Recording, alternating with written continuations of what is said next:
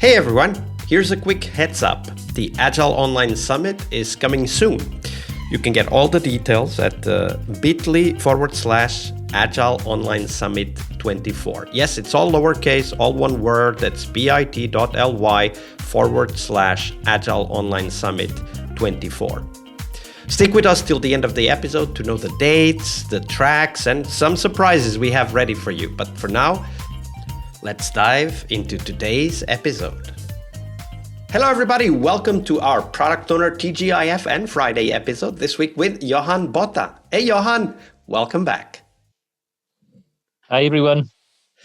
So we were talking about product ownership as a key aspect of how Agile or Scrum specifically works. And we're going to dive into that, head first, very deep. Let's see how deep.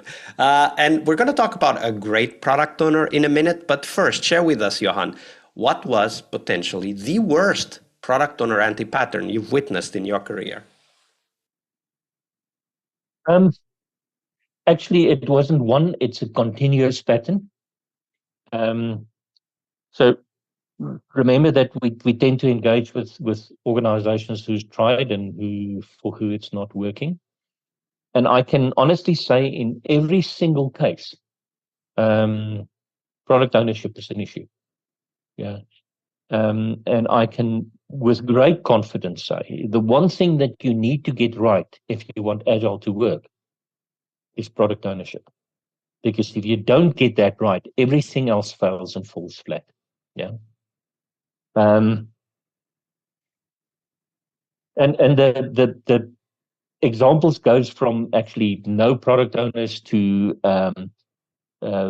lower level of a product owner or technical product owners. But I think the best way to actually talk through this is to actually, would you mind if I just quickly go through what the 2020 Scrum Guide says a product owner needs to do? So let's look at that. The product owner is accountable for maximizing value of the product resulting from the work of the team. Okay, that sounds very strategic to me, doesn't it? Maximizing value. Okay. How this is done may vary across organizations, Scrum teams, and individuals. The product owner is accountable, so that means the buck stops there. Accountability for me also means no higher authority. Yeah. Because if somebody else can overwrite the decision of somebody who's accountable, then they're not accountable. Yeah, exactly. They just lost it. Yeah. So product owner is accountable for effective backlog management, which includes developing and explicitly communicating product goals. Once again, very strategic. It also sort of tells me that you need to be very close to the business and understand the business of the business. Otherwise, how are you going to do that? Yeah. Creating and clearly communicating product backlog items, ordering product backlog items. So that now, okay, I know we don't want to use the word priority, but yeah, I'm going to use it. So that means that there's a lot of the prioritization about what needs to be done first and then that lies with this wrong. Once again, that speaks to me to a deep understanding of the business and what the product is supposed to be doing for the business, ensuring that the product backlog is transparent, visible, and understood. Product owners may do the above work or may delegate the responsibility to others. Regardless, the product owner remains accountable. For product owners to succeed, the entire organization must respect their decision. So what I read into that is their decision is final. And the reason why I read that into it, because the next sentence says that these decisions are visible in the context of ordering the product backlog and through inspectable increment. And then it says, important thing, product owner is one person. So, all of the scaling mechanisms that start splitting product ownership into, not a good idea. Yeah, especially In safe fact, is particularly bad in that respect because at the end of the day, yeah, you end up not even knowing who makes the decision. yeah. So it's not a committee. um, Several product orders, owners may, several layers removed from the real work in some yes, cases. yeah, that's it. Um, but the last sentence I like so much is those wanting to change the product backlog can do so by trying to convince the product owner. Okay. So why did I want to read through this? Because what I see in many organizations, if they have product owners, most of them think that the prerequisite for a good product owner is passing a product owner exam. They are junior people with no influence and very little insight. And if you work in environments that we typically work in, IT versus the rest of the business, quite often this role sits on the IT side of the things. Uh, and all of those things It are becomes kind of a absolute secretary in the end. no-nos.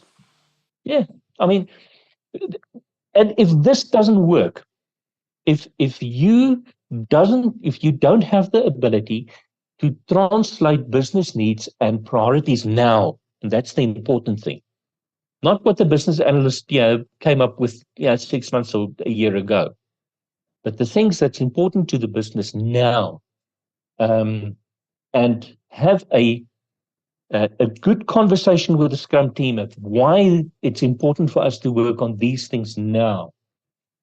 Well, yeah, it's not going to work. And one of the other really bad patterns that I see is that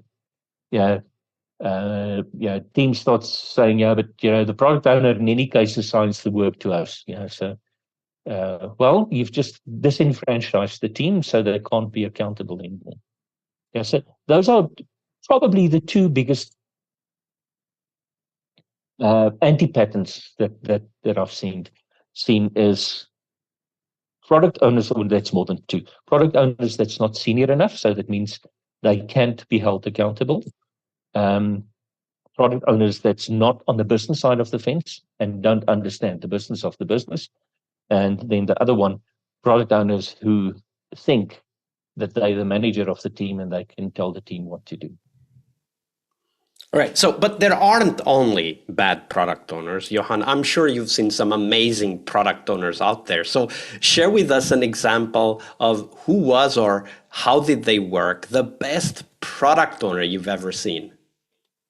Okay. The best product owner that I've seen actually was a director of product. So they basically owned product management within an organization. They were the head of the team, so it wasn't a fast-moving consumer goods environment. They were the head of the team who also did product development. So putting new things on the supermarket shelf, including packaging and all of that stuff. And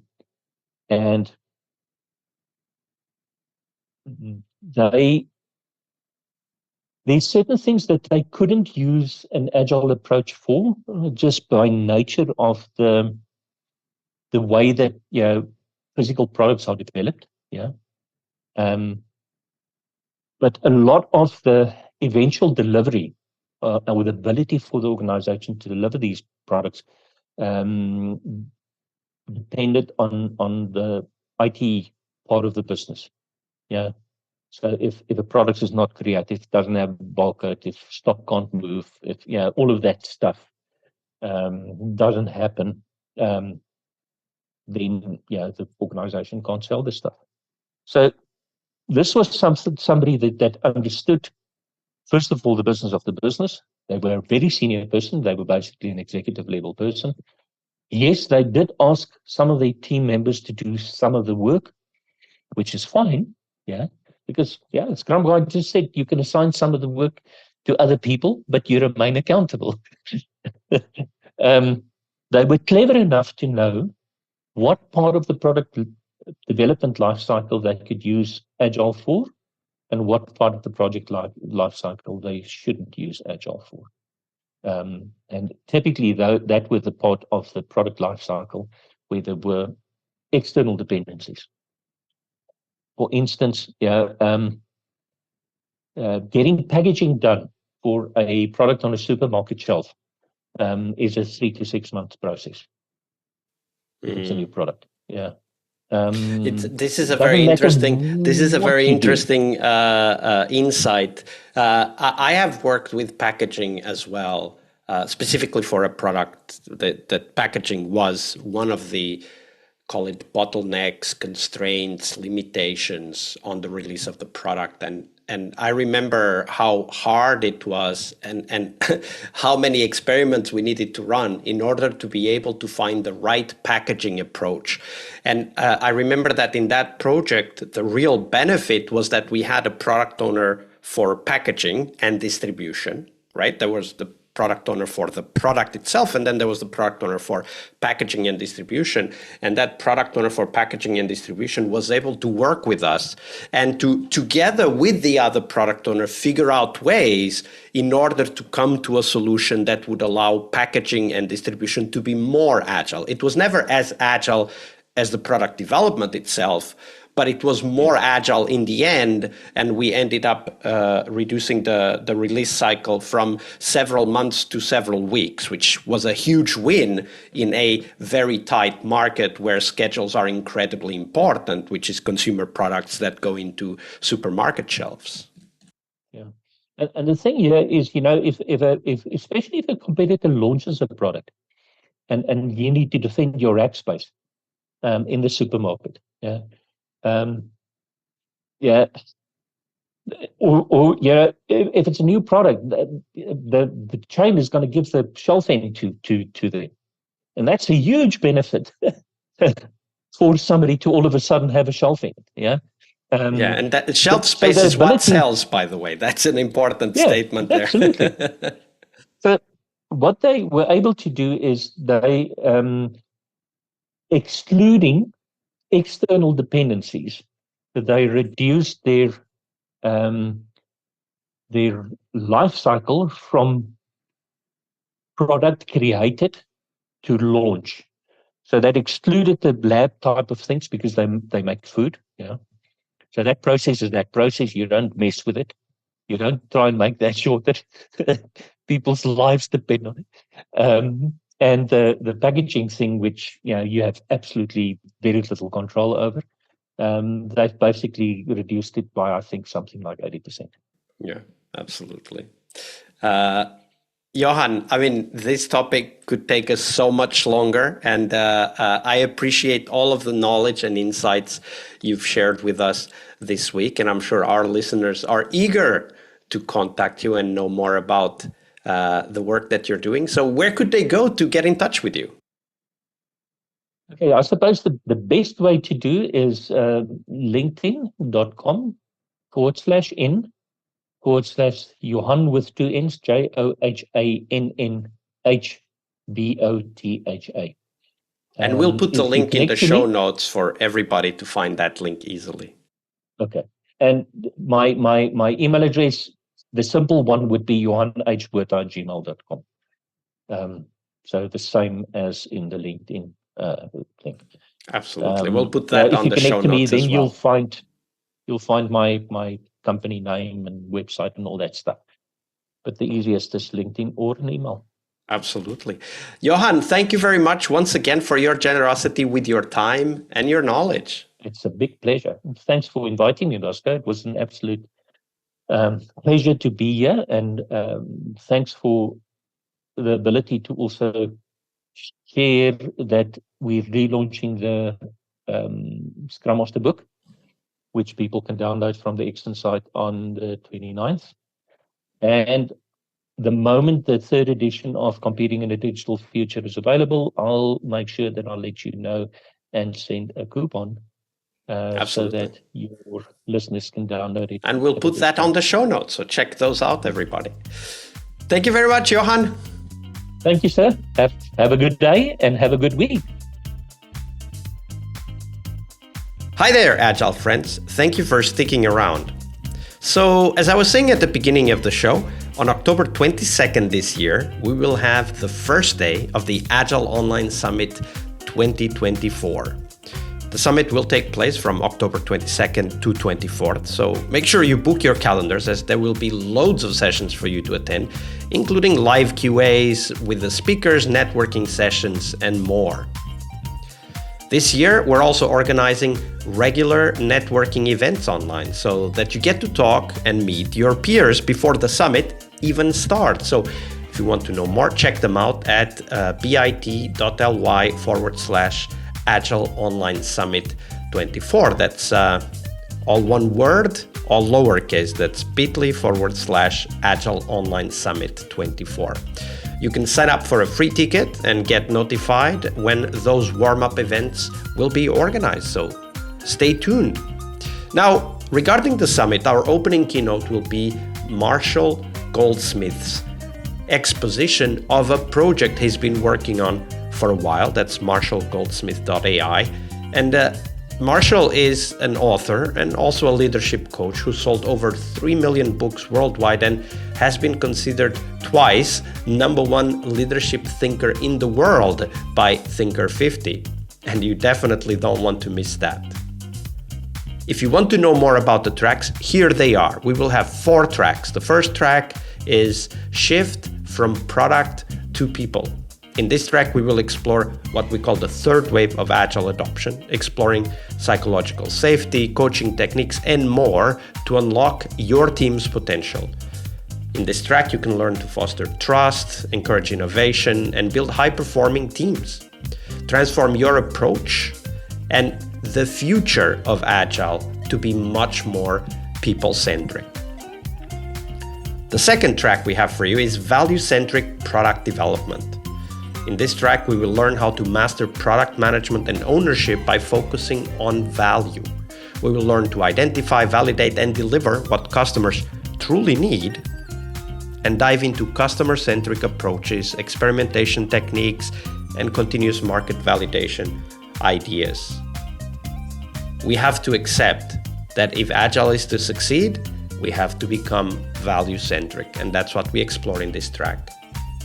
The next track is titled Agile Coaching Masterclass. We want to help take your coaching to the next level and transform team performance. Develop key Agile coaching skills, emphasizing people-centric and value-centric approaches in line with the previous tracks. And we will help you learn how to guide teams towards value focus and effectiveness. In this track, we want to help you unlock the potential of the individuals and the organizations you will be working with. After all, the future of Agile is coaching-centric. And finally, the last track, and definitely not the least, is all about the future of Agile. Explore the trends shaping Agile's evolution. The previous 3 tracks do that as well. Discover real-world success stories from innovative companies pushing the boundaries of what's possible today, and learn how practitioners are evolving Agile practices, gain insights in how to revolutionize your own approach. After all, the future of Agile is here, so let's explore it. You will also have the opportunity to network with your peers, so get your ticket and join our Slack at bit.ly/Agile Online Summit. That's all lowercase, all one word, bit.ly/Agile Online Summit 24. As always, we have free tickets and the VIP tickets, so check them out. It will all be available at bit.ly/Agile Online Summit 24. I'll see you on the conference floor.